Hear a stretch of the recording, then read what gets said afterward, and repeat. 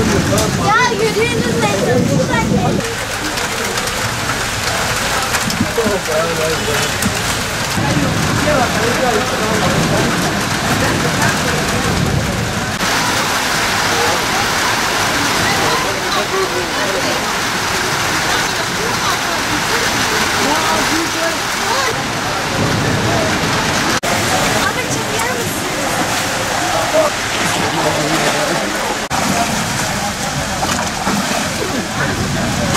Abi çeker misin?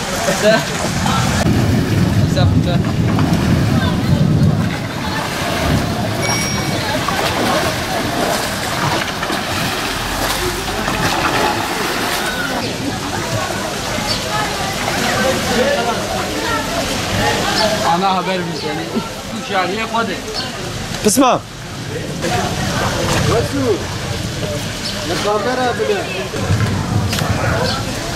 قدام عقيب باص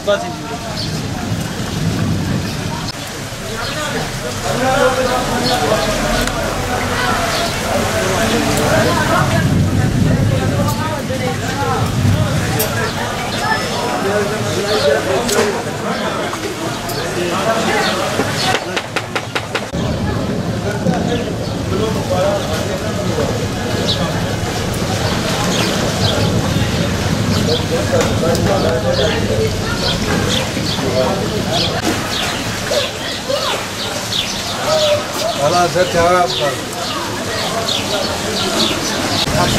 tamam mükemmel dededir mi yazıyor şu an?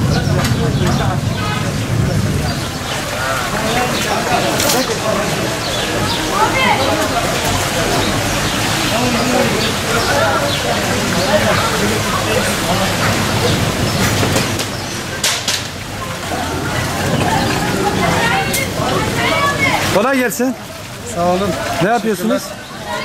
Şu anda belediyenin yapamadığı işi maalesef biz kendimiz yapmak zorunda kalıyoruz. 12 senedir burada esnafım. 12 senedir her bu mevsimde aynı çileyi, aynı sıkıntıları çekmek zorunda kalıyoruz. Şu anda kendiniz görüyorsunuz ne durumda olduğumuzu. Maalesef en büyük sorunumuz zaten sizin de bildiğiniz gibi yeraltı şebeke sorunumuz var. Özellikle bu mevsimde şiddetli yağışlardan kaynaklanan bir sıkıntı. İşte gördüğünüz gibi şiddetli yağışlarda burada 50'ye yakın esnaf mağdur oluyoruz. Dükkanları kapatmak zorunda kalıyoruz.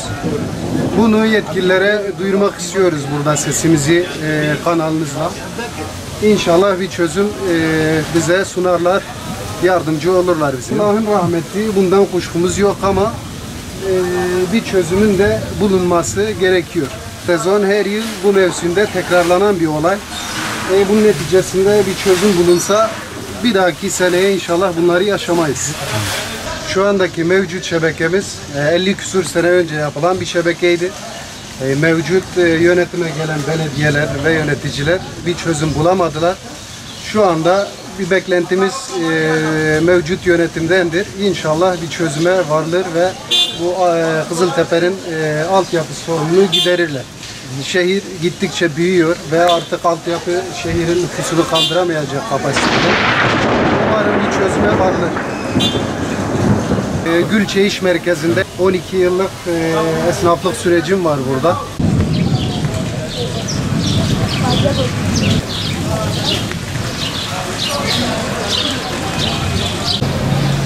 Ya burada